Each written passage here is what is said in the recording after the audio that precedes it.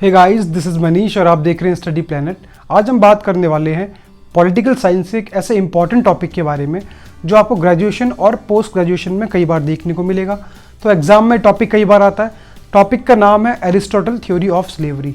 तो आज की इस वीडियो में हम लोग डिटेल में बात करेंगे कि एरिस्टोटल की स्लेवरी की थ्योरी क्या है और इसको किस तरीके से जस्टिफाई कर रखा है एरिस्टोटल ने अपनी थ्योरी के अंदर, और इसकी क्रिटिसिज्म के बारे में कि इसकी आलोचना किस तरीके से की गई है।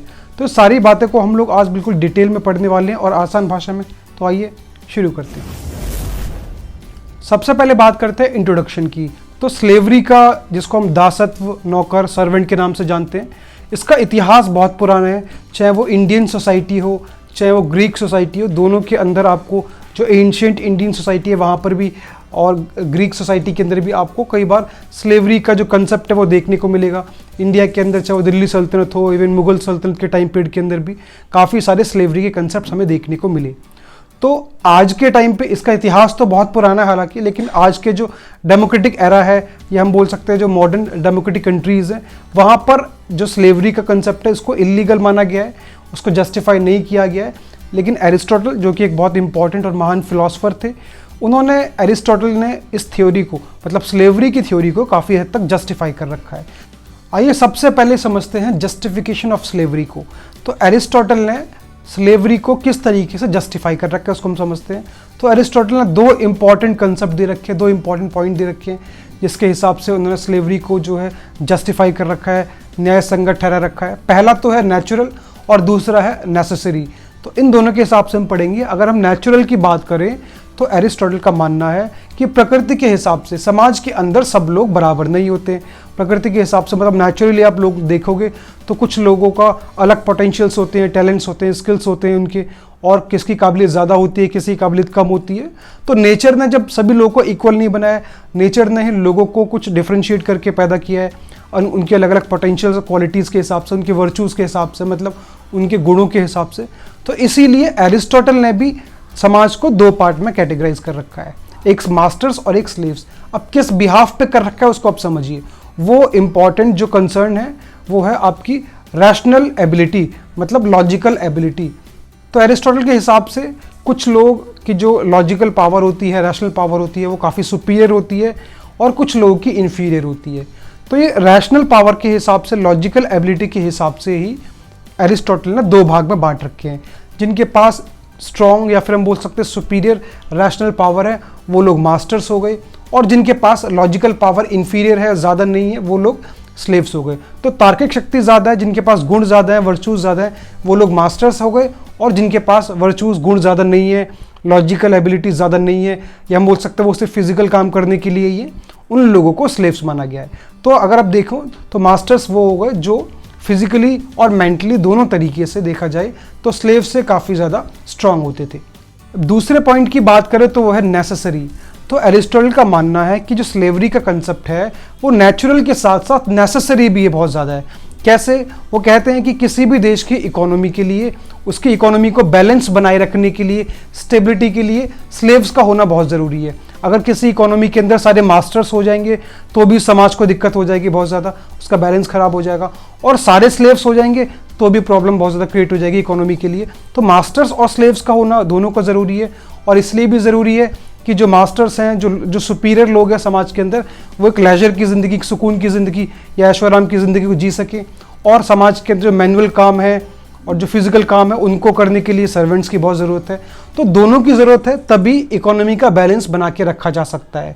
और एक रीज़न ये भी है एरिस्टोटल के द्वारा दिया गया, इसलिए भी नेसेसरी है जो स्लेवरी का कंसेप्ट है, क्योंकि जो स्लेव्स हैं जिनके पास खुद के तार्किक शक्ति नहीं है, लॉजिकल पावर इनके पास एबिलिटी नहीं है, तो अगर वो मास्टर्स के साथ रहते हैं तो हो सकता है मास्टर्स के कुछ क्वालिटीज़ भी उनके साथ शेयर हों और उनका धीरे धीरे डेवलपमेंट होना शुरू हो जाएगा।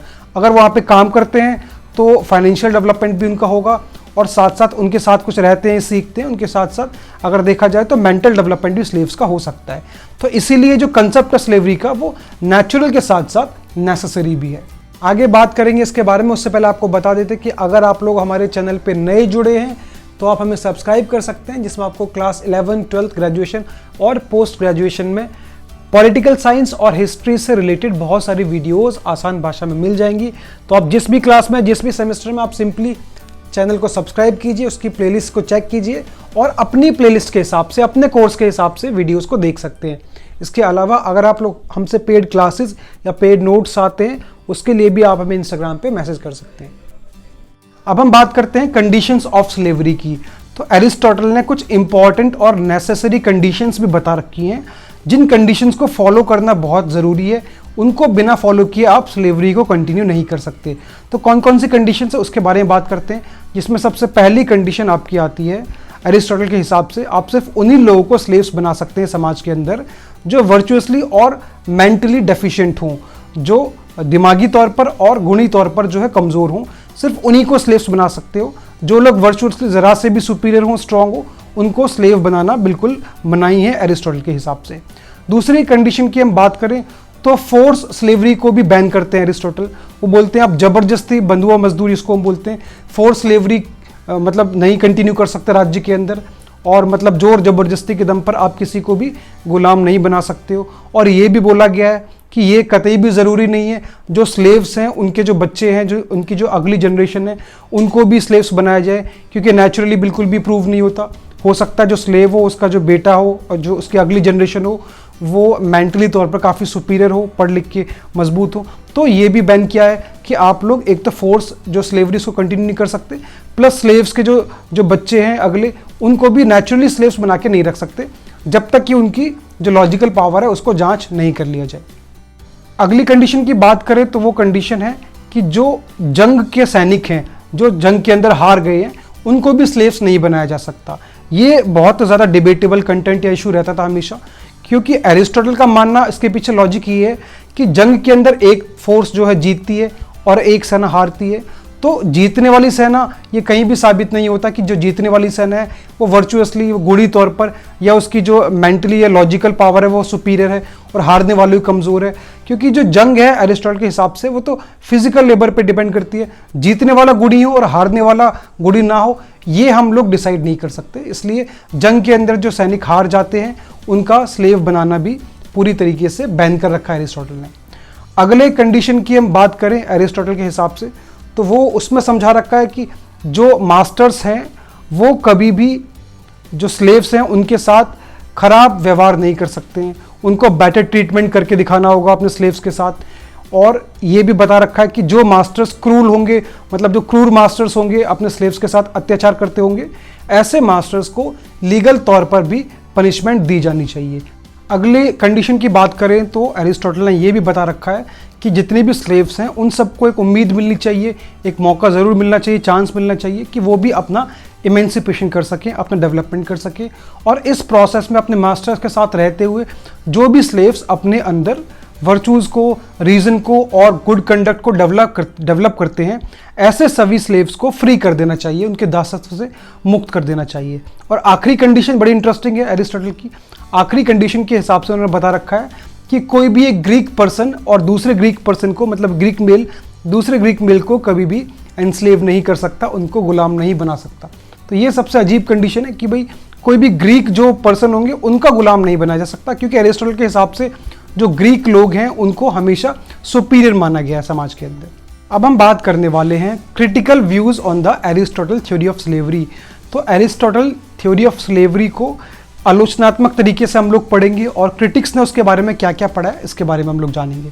तो सबसे पहले हम बात करें एरिस्टोटल की जो थ्योरी है, ये उनके प्रिमिटिव और कंजर्वेटिव आउटलुक को दिखाती है मानव समाज के प्रति, कि भाई उनकी कितनी पिछड़ी सोच थी, कितनी कंजर्वेटिव सोच थी स्लेवरी को। हालांकि हम ये भी नहीं कह सकते, भले एरिस्टोटल बहुत पुराने टाइम के फिलोसफर है, एंशिएंट टाइम के फिलोसफर है, लेकिन उनकी थ्योरीज़ हैं वो मॉडर्न टाइम में भी काफ़ी ज़्यादा रिलेवेंट है। तो जब इतनी बेहतर थ्योरीज़ एरिस्टोटल दे सकते हैं तो स्लेवरी को ख़त्म करने के लिए भी एक बेहतर थ्योरी उनके हिसाब से दी जा सकती थी। तो ये उनका एक कंजर्वेटिव और प्रिमिटिव आउटलुक को दिखाता है समाज के प्रति। दूसरी हम क्रिटिसिज्म की बात करें एरिस्टोटल की, तो दूसरा क्रिटिसिज्म उनका बताता है कि भाई उन्होंने अपनी थ्योरी के अंदर कहीं पर भी कोई लॉजिकल पर्सपेक्टिव नहीं बता रखा। उन्होंने सिर्फ ये बता रखा है कि गुणों के हिसाब से, या फिर हम बोल सकते हैं ये जो रीजनिंग पावर के हिसाब से मास्टर्स और स्लेव्स को कैटेगराइज कर रखा है। तो ये जो जो कैटेगरीज बना रखी हैं ये भी कहीं से भी जस्टिफाइड नहीं है, क्योंकि सिर्फ ये तय कर लेना कि जिसकी रीजनिंग पावर ज़्यादा है वो मास्टर्स हैं, जिसकी रीजनिंग पावर कम है वो स्लेव्स हैं, ये भी कहीं से भी जायज़ नहीं है, क्योंकि रीजनिंग पावर के अलावा भी ह्यूमन बींग्स के अंदर और बहुत सारी इंपॉर्टेंट क्वालिटीज़ होती हैं जो उनके डेवलपमेंट के लिए लीड कर सकती हैं। तो और भी काफ़ी सारी क्वालिटीज़ हैं जिनको नेग्लेक्ट किया है मतलब इस थ्योरी के अंदर। तो आप सिर्फ ये डिफाइन करके कि भाई कौन रीजनिंग पावर के हिसाब से आप इनको कैटेगराइज नहीं कर सकते कि मास्टर्स कौन है और स्लेव्स कौन है। और तीसरा और आखिरी जो थ्योरी है, आखिरी जो क्रिटिसिज्म है, वो भी काफ़ी इंटरेस्टिंग है। जैसा जो आखिरी नेसेसरी जो पॉइंट्स थे उनके एरिस्टोटल के, जिसमें बता रखा था कि ग्रीक मैंस को कभी भी स्लेव्स नहीं बना सकते, तो ये भी इसकी भी बड़ी आलोचना होती है, क्योंकि ये भी उनके लॉजिक को कहीं ना कहीं पूरी तरीके से डेड कर देती है। क्योंकि उनके हिसाब से वो कहते हैं कि जो ग्रीक लोग हैं वो दुनिया पर राज करने के लिए पैदा हुए हैं, वो पैदा ही बहुत सुपीरियर होते हैं। तो ये चीज़ कहीं ना कहीं क्रिटिक्स को बिल्कुल पसंद नहीं आई। उन्होंने बोला कि जब अगर आप मतलब एक क्राइटेरिया आपने रख रखा है रीजनिंग पावर का, तो ये कहाँ से तय होता है कि सभी ग्रीक पीपल है उनकी रीजनिंग पावर सबकी बेहतर होगी। तो इसको भी क्योंकि वो खुद भी ग्रीक थे, इसलिए उन्होंने ग्रीक्स का एनस्लेवमेंट पूरी तरीके से बैन कर रखा था। तो ये सारी क्रिटिक्स हैं। तो पूरी वीडियो मैंने आपको बिल्कुल डिटेल में और आसान भाषा में समझाने की कोशिश की। आई होप वीडियो आपको इन्फॉर्मेटिव लगी होगी, तो आप इसको ज़्यादा शेयर कर सकते हैं और ऐसे ही आसान भाषा में वीडियोज़ को देखने के लिए चैनल को फॉलो कर सकते हैं। Thank you so much for watching.